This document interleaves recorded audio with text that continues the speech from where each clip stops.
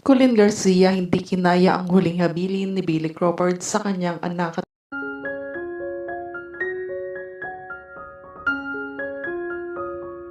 ngayong araw nga lang kinumpirma na ng pamilya Crawford ang di umano'y pamamaalam ni Billy Crawford sa mundong ibabaw bago makipaglaban sa kanyang iniindang sakit.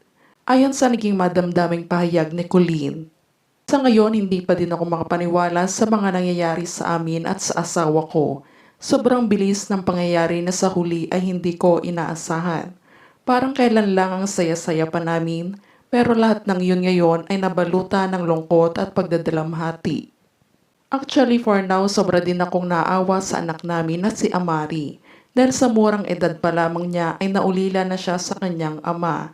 But as a parent and also a mother, hindi ko pinakita sa anak ko na pinanghihinaan ako dahil kailangan ko maging strong para sa kanya dahil siya lang ang magiging lakas ko sa lahat ng pagsubok na dumadating sa amin.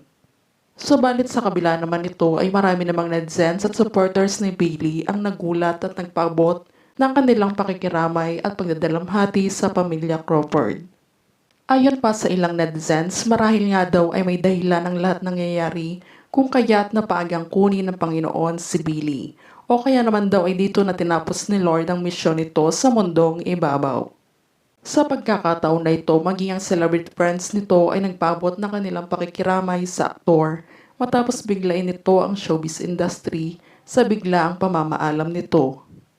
Samantala, malaki naman ang pasasalamat ni Colleen Garcia sa mga taong patuloy pa din na sumusuporta sa kanila ni Billy noong ito'y lumalaban sa kanyang sakit mapahanggang sa huli nitong sandali.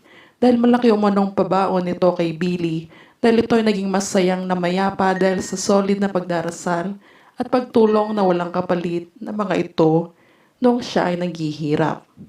Ngunit sa kabila nito ay binahagi nga din ni Colleen Garcia sa publiko ang naging huling habilin ng kanyang asawa sa kanyang pamilya, anak at supporters ukol sa kanyang critical health condition dahil mas pinili na nga daw ni Billy na iuwi ng Pilipinas bago siya mamaalam.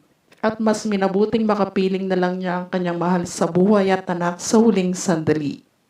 Sa ilang linggo nga daw na pagsubok na pakikipaglaban ni Billy sa kanyang sakit, ay marami umanong sumaludo sa aktor. Dahil ipinakita talaga nitong kaya nitong labanan ang kanyang sakit dahil sa lakas ng loob nito ay nag-iwan pa ito ng kanyang diary kung saan napaloob dito ang mga nangyayari sa kanyang buhay sa pang-araw-araw na siyang itinago ng kanyang asawa na si Colleen. Ayon pa sa kanyang huling liham, ilalaban ko ang aking sarili, tanging sa anak ko na lang na si Amari, ako huhugot ng lakas. Ngunit tanging katawan na nga niya ay bumigay na dahil sa walang lunas na sakit. Sa puntong ito, tanging kay Amari ko na lang ipapamana ang lahat at aasahan kong siyang nagpapatuloy na maganda kong nasimulan sa showbiz industry hanggang dito na lang, paalam.